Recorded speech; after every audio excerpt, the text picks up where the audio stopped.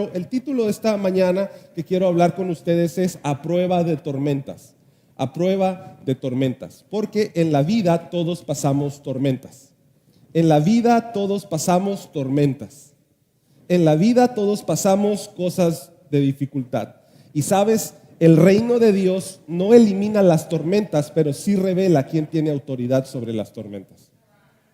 El reino de Dios no elimina tus problemas, pero sí te enseña quién tiene autoridad sobre tus problemas. Y quiero leer bien rápido algunos versículos. Si tú estás tomando nota, siempre te animo a tomar nota. Dame unos minutos porque hoy voy a estar un poquito más teachy, más clase, porque creo que vale la pena detenernos en cómo Dios puede ayudarnos en esto. Pero hablemos de Mateo capítulo 8, versículo 23. Mateo 8, 23 dice: luego Jesús entró en la barca y comenzó a cruzar el mar con sus discípulos. De repente se desató sobre el mar una fuerte tormenta. Di conmigo, tormenta. Con olas que entraban a la barca. Se levanta una tormenta y las olas empiezan a metérseles a la barca. Pero Jesús dormía. Di conmigo, dormía. Los discípulos fueron a despertarlo y le gritaron, le dijeron, lo sacudieron y le dijeron: Señor, sálvanos porque nos vamos a ahogar. Gritaron, imagínate, ¿no? Estos ya estaban. Yo no me imagino, a veces cuando la Biblia me narra esto, yo no me imagino un grupo de 12 hombres peludos, fuertes, pescadores, rudos, gritándole a Dios: nos vamos a morir, tenemos miedo. Y Jesús se levanta y les dice: ¿por qué tienen miedo?, preguntó Jesús. ¿Tienen tan poca fe? Entonces se levantó y reprendió al viento y a las olas. Ahora me encanta porque cuando vamos tarde a algún lado, yo estoy dormido y mi esposa me despierta y me sacude, yo no me despierto con paciencia.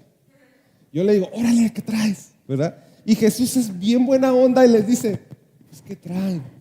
¿Por qué tienen miedo? Bien paciente, ¿no? Entonces dice: entonces se levantó y reprendió al viento y a las olas, y de repente hubo una gran calma. Di conmigo, calma.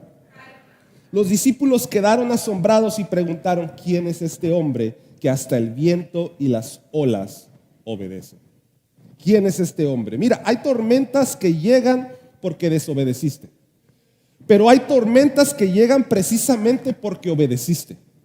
Y la diferencia cambia todo. Cómo leemos la vida lo cambia todo, porque no toda crisis significa que saliste de la voluntad de Dios. No toda oposición significa que perdiste dirección. No toda noche significa ausencia de luz, y no toda sacudida significa un juicio. Hay temporadas donde a veces decimos: Señor, pero yo hice lo que me dijiste. Señor, yo fui a donde me mandaste. Señor, yo obedecí tu palabra. Entonces, ¿por qué estoy metido en este problema? Entonces, ¿por qué estoy metido en esta situación? ¿Por qué se levantó esto contra mí? ¿Por qué estoy peleando contra esto? ¿Por qué se me está llenando la barca? ¿Por qué si tú me hablaste, ahora todo parece contradecir lo que dijiste? ¿Alguien ha estado ahí alguna vez? El problema es que muchas veces hemos sido discipulados por una versión superficial del cristianismo. Ese es el problema. Que nos enseñó que si Dios está con nosotros, todo tiene que ser fácil. Y a muchos de nosotros se nos ha enseñado que ser cristianos es igual a que si Jesús está conmigo, todo va a ser fácil. Que si Dios te habló, no va a haber resistencia. Que si estás en fe, no habrá presión. Que si estás en propósito, no habrá tormenta. Pero Mateo 8 nos destruye esa fantasía. Porque Mateo 8, lo que acabamos de leer, Jesús mismo da la orden de ir al otro lado. Y Jesús mismo sube a la barca, Jesús mismo está presente en el trayecto, y aún así se levanta la tormenta. Entonces el texto nos está diciendo que tenemos que corregir algo. La presencia de Jesús en tu vida no significa ausencia de tormenta. Significa garantía de propósito en medio de la tormenta. Entonces hoy quiero predicarte y quiero predicarle a personas. Yo creo que hoy que estés aquí no es coincidencia. El que estés aquí es que Dios tiene una palabra para ti. Vine a predicarle a gente que está en medio de tormenta. Ayer mientras venía en el avión, venía orando por ti y le decía: Señor, háblame primero a mí, habla primero a mi corazón, porque sé que va a venir gente que se siente bajo presión aún amando a Dios. Gente que ha obedecido pero están cansados. Gente que dejó algo por seguir a Jesús y ahora se siente que el mar está en contra de ellos. Gente que no está peleando solo con vientos externos, sino con preguntas internas. Porque hay situaciones, hay tormentas que no son externas, son preguntas internas. Porque esa es la tormenta más peligrosa. No la que golpea la barca, sino la que golpea tu fe. Mateo nos está narrando un milagro impresionante, pero él nos está enseñando la verdad del reino. El punto de la tormenta es saber quién es Jesús, no cómo Jesús te va a sacar de ahí. Lo voy a decir otra vez. El punto de la tormenta es saber quién es Jesús, no cómo me vas a sacar de aquí. Y vamos a hablar un poquito de esto. ¿Listos? Número 1. La dirección del reino requiere una respuesta. La dirección del reino requiere una respuesta. Muchos quieren seguir a Jesús sin moverse de lo cómodo. Pero la dirección de Dios siempre requiere una respuesta que nos saca de donde estamos. Mira, Mateo 8:18 dice: cuando Jesús vio la multitud que le rogaba, dio instrucciones de cruzar al otro lado del lago. ¿Cuál fue la instrucción? Ve al otro lado. Mira esto. Antes de la tormenta hubo una palabra. Lo voy a decir otra vez. Antes de la tormenta hubo una palabra. Antes de que el viento viniera, ya Jesús había dado una orden. Antes de la crisis ya había una dirección, ya había instrucciones. Jesucristo dio instrucciones. Jesús no dijo: si quieren, vamos a cruzar. ¿Consideran cruzar? Él no dijo: sería bueno intentar llegar al otro lado. Él no dijo: vamos a ver si el clima coopera, vamos a ver si tenemos suficiente dinero, vamos a ver cómo amanecemos hoy para llegar al otro lado. No, Él dio la orden. Él dijo: vamos al otro lado. ¿Estás viendo esto? Aquí hay un primer principio, si estás tomando nota. La dirección de Jesús demanda respuesta. La dirección de Jesús demanda respuesta. Porque el reino no se queda en admiración, el reino exige obediencia. El reino no es escuchar a Jesús, es seguir a Jesús. El reino de Dios no es solamente decir qué bonito mensaje, es moverse cuando Dios habla. Y Mateo nos está diciendo que había una multitud, y esto es muy importante porque había público, había ambiente, había atención, había fama, había visibilidad, había popularidad. Si lo pusiéramos en otros, Jesús posteaba una foto y tenía muchos likes y comentarios. Era muy popular. Pero Jesús deja la multitud y da la orden de cruzar al otro lado, porque el reino de Dios a veces nos saca de lo que es popular para llevarnos a lo asignado. A veces el reino de Dios nos saca de donde hay aplauso para llevarnos a donde hay propósito. Porque no siempre lo cómodo está alineado con tu propósito de vida. No siempre tener más dinero quiere decir que estoy viviendo en propósito.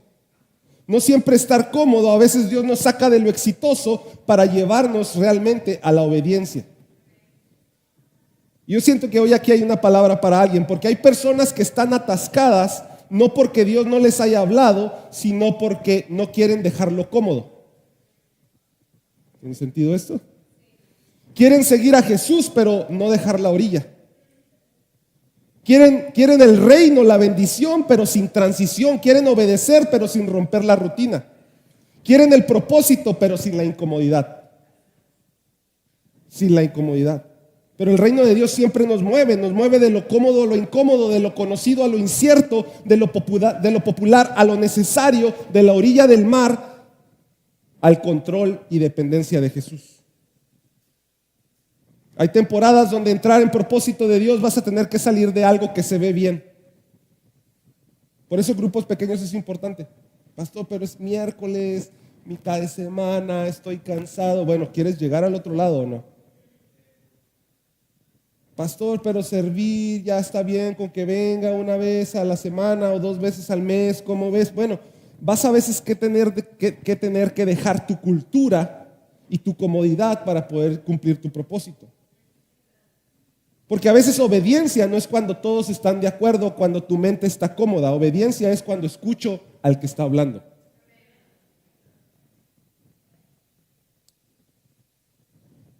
Número 2, obediencia. Tu obediencia es influencia a otros. Tu obediencia es influencia a otros. Mira, en la vida creemos que nuestras decisiones son personales, pero el reino de Dios o tu obediencia siempre impacta a otros, aunque no lo veas. Te lo explico. Marcos 4:36 es la misma historia. Marcos 4:36 dice: así que tomaron a Jesús en la barca y salieron, y dejando las multitudes atrás, aunque otras barcas lo siguieron. Está interesante ese detalle. Parece pequeño, pero no es tan pequeño, porque Marcos nos está diciendo que dejaron la multitud, pero otras barcas siguieron también la barca de Jesús. Entonces Mateo no lo menciona ahorita lo que leímos, pero Lucas tampoco lo menciona, pero Marcos nos dice esto como algo interesante. Él está diciendo: yo iba en el barco y vi que otras barcas venían con nosotros. Y ese detalle es muy importante porque muchas veces creemos que nuestra obediencia es privada. Ojo acá, hay gente que dice: es que es mi vida, es mi decisión, es mi proceso, pastor, es mi fe, es mi tormenta. Pero en el reino de Dios casi nada es tuyo. Porque tu obediencia se convierte en referencia para alguien más. Si tu sí se vuelve permiso para otro. Te explico. Tu fe modela, tu constancia enseña y tu perseverancia predica. Y tu respuesta bajo presión forma a los que vienen atrás de ti. Algo que aprendí como pastor es que siempre hay otras barcas a mi alrededor. Siempre hay alguien observando, siempre hay alguien aprendiendo, siempre hay alguien que es afectado por lo que yo decido, siempre hay alguien tomando nota de cómo respondo cuando el viento me pega a mí. Siempre hay alguien viendo si lo que canto en el domingo sobrevive el lunes en medio del mar. Siempre hay alguien. Y esto es muy fuerte porque a veces queremos reducir el discipulado o la vida cristiana nada más al domingo, a la plataforma, pero también discipulas cuando obedeces.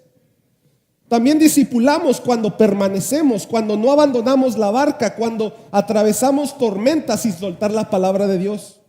Y déjame decirte algo, hay gente que nunca te va a decir que te está siguiendo, pero lo están haciendo. Hay gente que no te va a decir: estoy aprendiendo de usted, pero lo están haciendo. Porque tal vez tus hijos no te lo dicen, pero te están leyendo. Tal vez los líderes no te lo dicen, pero te están leyendo. Tal vez mi equipo no me lo dice, pero me están leyendo. Tal vez una persona nueva en la fe no te lo va a decir, pero está viendo cómo vives tu vida entre semana. Por eso no podemos vivir diciendo: bueno, mientras yo esté bien. No significa eso. El reino, tu obediencia jamás se va a quedar en ti. Y esto aplica en dos direcciones. Tu obediencia impacta, pero también tu desobediencia impacta. Tu fe levanta a otros, pero a veces nuestro cinismo también los enfría. Tu constancia fortalece a otros, pero tu doble vida también hiere a otros. Tu humildad te enseña a depender de Dios, pero también tu orgullo los contamina. Entonces nuestra tormenta nunca es completamente privada. Como atravieses tu tormenta, se convierte en el testimonio para alguien más. Quiero recordarte esto: tu obediencia no es insignificante. Venir los domingos no es insignificante. Tu persistencia no es pequeña. Tu sí no es liviano. Tu fe no solamente te sostiene a ti, le está predicando a otros y está sosteniendo a otros. Sigue firme.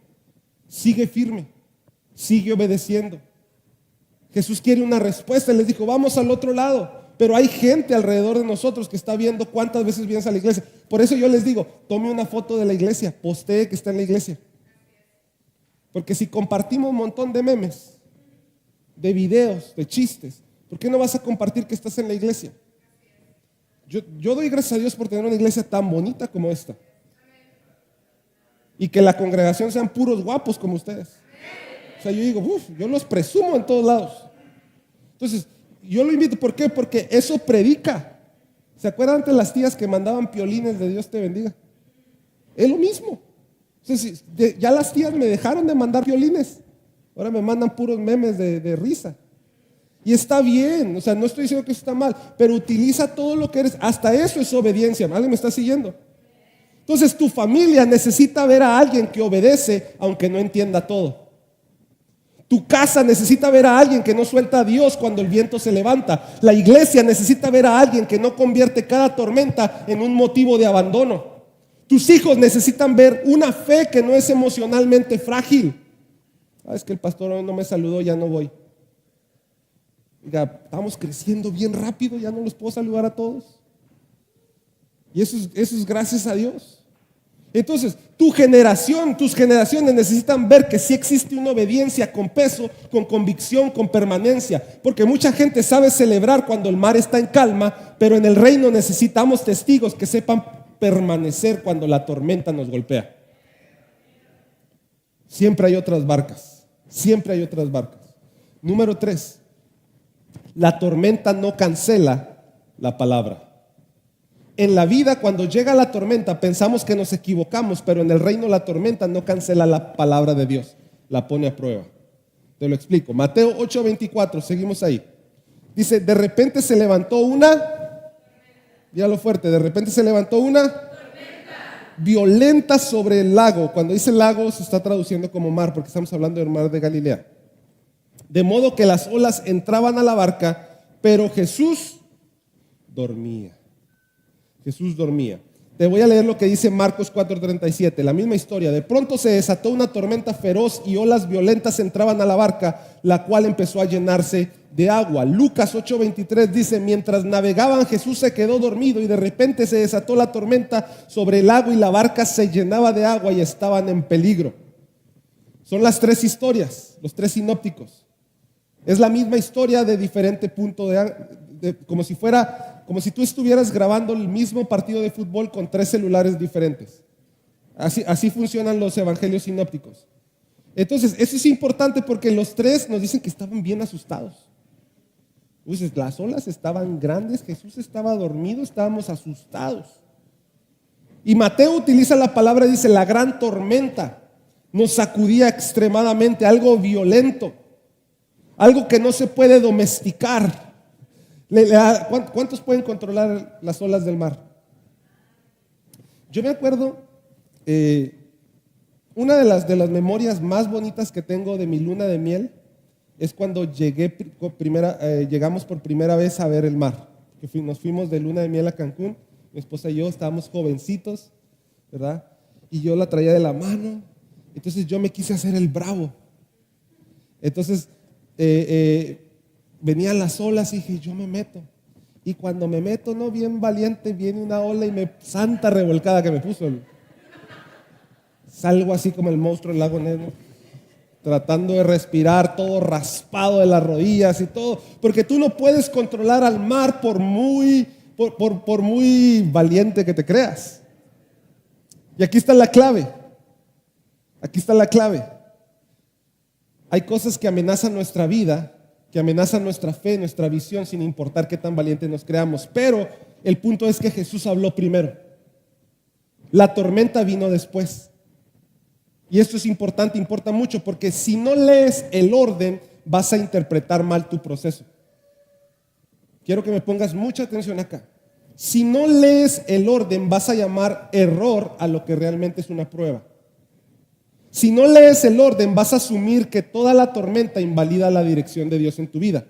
Pero la tormenta no vino antes de la palabra, vino después. Y eso significa que la tormenta no cancela la palabra de Dios. La tormenta no tiene autoridad para anular lo que Jesús ya decretó en tu vida. La tormenta no tiene poder para describir y reescribir la dirección de tu vida. La tormenta puede sacudir tu vida, tu barca, pero no puede cambiar la voz de que habló antes del trayecto. Y si Jesús te dijo, tú eres amado, tú eres perdonado, hay un propósito para tu vida, vas a ser prosperado, vas a ser sanado, la tormenta no va a reescribir la historia de lo que Jesús ya habló en tu vida. Y mira, aquí está el colapso para mucho nuevo creyente. Empieza a venir a la iglesia, empieza a emocionarse, porque hay una familia que te saluda, una familia que te acepta, una familia. Pero déjame decirte algo, va a venir la tormenta. No lo podemos controlar, y aquí es donde mucha gente colapsa. Dios les habló, empezaron bien, dieron el paso, y cuando el proceso se puso duro, dijeron, entonces esto no es de Dios. Entonces esto no es de Dios. Entonces me equivoqué. Entonces entendí mal. Y claro, a veces podemos equivocarnos. A veces hay decisiones carnales, pero el texto nos enseña que hay tormentas que llegan no porque te saliste de la voluntad de Dios, sino porque entraste a la voluntad de Dios. Y esto es interesante. No toda tormenta es consecuencia de desobediencia, algunas es confirmación de dirección. Porque hay veces que Dios va a arrancar relaciones de tu vida que no te convienen. Y esa es una tormenta. ¿Te has fijado que cuando vienes y te comprometes más a la iglesia, la gente te observa más, te critica más? Pero si estoy haciendo algo bueno, ahí está la primera tormenta. Estás entrando en una tormenta relacional porque Dios quiere ver quién está en tu barca. Si tus amigos o Él. Y esto choca con la lógica carnal, con la lógica humana, porque el mundo piensa, si es de Dios va a ser fácil, ¿verdad? Si es de Dios nadie va a opinar, nadie va a tener oposición. Si es de Dios todo va a fluir sin resistencia. Pero la Biblia no enseña eso. Entonces la pregunta no es solo si hay tormenta, la pregunta es, ¿qué fue lo que Dios me dijo antes de la tormenta? Porque a veces en la tormenta se nos olvida la bendición de Dios. En la tormenta se nos olvida la palabra y las promesas de Dios. Por eso cuando Jesús estaba en la cruz, Él no dijo nada que no fuera la palabra. Cuando Jesús fue tentado, Él no dijo nada que no fuera escrito en la palabra. ¿Me estás siguiendo acá? Entonces a veces nos olvida la palabra. Yo sé que hay matrimonios que obedecieron a Dios, pero luego están entrando en tormentas. Hay ministerios que obedecieron a Dios y luego entraron en tormentas. Tal vez estás comprometiéndote más, pero estás entrando en una tormenta. Hay familias que se movieron por la palabra de Dios y están viviendo una tormenta. Hay personas que cerraron puertas, que dejaron amistades, que quieren dejar adicciones por santidad y ahora sienten que el viento está más en contra que cuando estaban pecando. Y aquí es cuando el enemigo empieza a susurrar, ¿ves? Te equivocaste. ¿Ves? No estás en la religión correcta. Claro, porque esto no es una religión, es un estilo de vida. Una religión te dice qué hacer. Un estilo de vida te dice por qué lo estoy haciendo. Y esa es la diferencia. Hoy el Espíritu Santo quiere cancelar esas mentiras, porque la tormenta no cancela la palabra de Jesús en tu vida. Número 4, su presencia no siempre se siente activa. En la vida, cuando Dios no responde como esperamos, pensamos que no está. ¿A alguien le ha pasado eso? A mí me pasa mucho. A veces yo estoy orando diciéndole, Señor, ayúdame, y a veces no oigo a Dios. Digo, Dios no está aquí. Pero en el reino su presencia no siempre es visible, aunque siempre es real. Mira, Mateo 8:24, seguimos en esa misma historia, mismo versículo. Dice, de repente se levantó la tormenta, de modo que las olas entraban a la barca, pero Jesús dormía. Hay temporadas donde oras y no ves respuesta, donde crees y no ves que nada cambia, donde confías y nada se mueve. ¿A alguien le ha pasado eso? Nomás a mí. A veces que estoy orando digo, ¿por qué no está pasando nada? A veces que estoy confiando digo, no está pasando nada. Y aquí está uno de los detalles más importantes. Jesús dormía. No estaba ausente. No se había bajado de la barca. No había abandonado a los discípulos. No se había ido al monte a orar como era su costumbre solo. No los dejó lejos, no los dejó solos. Estaba ahí, pero dormía. Porque si Jesús, mira, hubiera sido más fácil que Jesús no estuviera en la barca. Porque los discípulos hubieran podido decir, bueno, no está. Pero Él estaba ahí, pero estaba dormido. ¿Ves el choque acá? Nos estamos muriendo y Jesús está dormido. Eso es una tensión fuerte, porque es como, está pero no se mueve. Está pero no habla. Está pero no se levanta. Está pero no responde a la velocidad que yo creo que se tiene que mover. Alguien. Es que está pero no está haciendo lo que yo pienso que tiene que hacer. Es que está, pero no está caminando rápido al nivel de mi ansiedad. ¿Alguien le ha pasado eso? Es que yo estoy viendo que Dios está, pero no está haciendo lo que yo quiero que haga. Por eso te dije, yo estaba, Señor, no quiero predicar esto. Cámbiame el sermón. Porque yo soy así. Oro y Él parece que está dormido. Lloro y parece que está dormido. Le digo, Señor, esto es urgente. Dios, necesito respuesta hoy. Y parece dormido. Señor, se está llenando la barca. Ya estoy con el agua al cuello. Y Él parece dormido. ¿A alguien le ha pasado eso? ¿O soy el único pecador acá?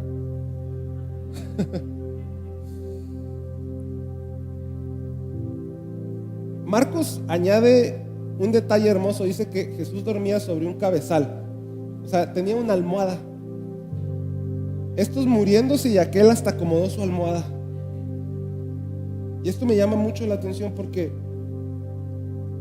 su calma no nace de la ignorancia, nace de la confianza. Nosotros queremos una presencia de Dios que siempre esté dándonos señales visibles, inmediatas, emocionales. Creemos y queremos que Dios está con nosotros, se note de acuerdo a nuestro sistema nervioso. Esto me llamaba mucho la atención. Yo quiero que Dios se manifieste de acuerdo a mi sistema nervioso. ¿Cómo? Quiero sentirlo, escucharlo, verlo moverse al ritmo de mi desesperación. Y Dios no funciona así. Porque en la tormenta el alma quiere evidencia inmediata, pero el reino produce otra cosa, produce dependencia. Si Jesús dijo que íbamos a cruzar, vamos a cruzar. Si Jesús dijo vamos a llegar al otro lado, vamos a llegar al otro lado. Eso me lleva al último punto 5. El problema no era la tormenta, era la fe. El problema no es lo que estás pasando, es dónde está tu fe. Fueron y despertaron a Jesús y le dijeron, Señor, sálvanos, le suplicaron, nos vamos a ahogar. Jesús respondió, ¿por qué tienen miedo, hombres de poca fe? Ellos dijeron, nos vamos a ahogar. Jesús dice, ¿por qué tienes miedo? ¿Dónde está tu fe? Jesús no niega la existencia de la tormenta. No dice, no pasa nada. No dice, dejen de estar de exagerados. No dice, el agua no les va a hacer nada. Él sabe que la tormenta es real, el agua es real, el peligro es real. Pero el miedo de ellos está revelando un problema más profundo. No han alineado su reacción con la revelación de Dios. Y a veces tus emociones no están alineados a lo que sabes de Dios. Eso es importante. La tormenta no revela tu problema, revela tu nivel de fe. ¿Y qué es la fe, pastor? Hemos estado hablando de esto, pero déjame te doy un espectro un poquito más largo de fe. ¿Está bien? La fe es cómo reacciono en momentos de crisis. Es dónde están mis emociones en los momentos de crisis. No estoy diciendo que no tengas miedo, no estoy diciendo que no te desesperes, no estoy diciendo que no vas a tener estrés, porque los discípulos tenían fe. Porque Jesús les dijo, ¿por qué no tienen fe? Les dijo, porque tienen tan poquita fe. Hombres de poca fe. O sea, su fe fue insuficiente. Y esto no significa que las circunstancias no vayan a crear caos interior, sino que lo van a exponer. Y a veces Dios permite tormentas para ver cómo vas a reaccionar y poder modelar esto. A veces Dios permite circunstancias difíciles para saber qué tanto vas a depender aquí, en la tormenta. Porque el mundo te quiere destruir. Y sabes, y eso es lo que más me vuelve loco a mí, porque a veces hay gente que me topo y me dice, es que la iglesia me lastimó y por eso me fui. Yo digo, caray, ¿y el gobierno no te lastima? ¿Y los taxes no te lastiman? ¿Y el banco no te ha lastimado y desilusionado? ¿Y la escuela no te ha desilusionado y lastimado? Y es más, en tu trabajo no te han lastimado y desilusionado. Y ahí no andamos de, ay, ya no voy. ¿Me entiende? O sea, hay tantas cosas en el mundo que nos desilusionan. Y eso es lo que está revelando a veces Dios en nosotros. Es, lo que sabes de mí no está alineado a las reacciones que tienes. Por eso Jesús les dice: hombres de poca fe, ¿por qué tienen miedo? Acuérdate que vienen de ver milagros en la multitud. Acuérdate que vienen de ver cosas maravillosas. Y hoy quiero nada más decirte: ese es Jesús. Jesús se levanta, le dice al mar que se calme. Y entonces estos dicen: ¿quién es este? Que hasta el mar. Y déjame te digo algo. En la Biblia, esta historia es muy interesante. Ya con eso termino. En la Biblia, ya la cerré, ¿ok? Para que en la Biblia, cuando hablas de mar, ya te lo he explicado, está hablando acerca del caos. Es literatura hebrea. El mar para el judío del siglo I era todo el caos que había en el mundo. Por eso en Génesis, ojo acá, en Génesis, cuando habla que el Espíritu de Dios se movía sobre las aguas, está diciendo que el caos está abajo y el Espíritu de Dios desde el principio ha estado sobre el caos. ¿Estás viendo esta imagen? Entonces Jesús viene cientos de años después, miles de años después de la creación, y el mar está agitado, en desorden, como en el Génesis, deshabitado, olas entraban, y Jesús dormido, porque Él sabe que Él está sobre el caos. Entonces cuando los discípulos dicen: ¿quién es este que hasta el mar le obedece? Estaban reconociendo: Jesús es Dios, porque Él está sobre el caos. Déjame decirte esto: Jesús está sobre tu caos. No importa lo que vayas a vivir mañana, no importa que las olas entren, no importa que tengas que orar más y más y más y más cada mañana. Es más, ¿sabes qué? No importa que Dios no te responda a la oración de hoy. Él está sobre tu caos. El reino no se trata de evitar tormentas, sino de reconocer quién gobierna en medio de las tormentas. Por eso, ¿te has preguntado por qué Jesús caminó sobre el agua? Es la narración del Génesis. El Espíritu de Dios se movía sobre las aguas. ¿Y qué hizo Jesús? Se movía sobre las aguas. Es una confesión visual de que Él es Jehová, que Él es el Creador. Qué poderoso, ¿no? Ponte de pie.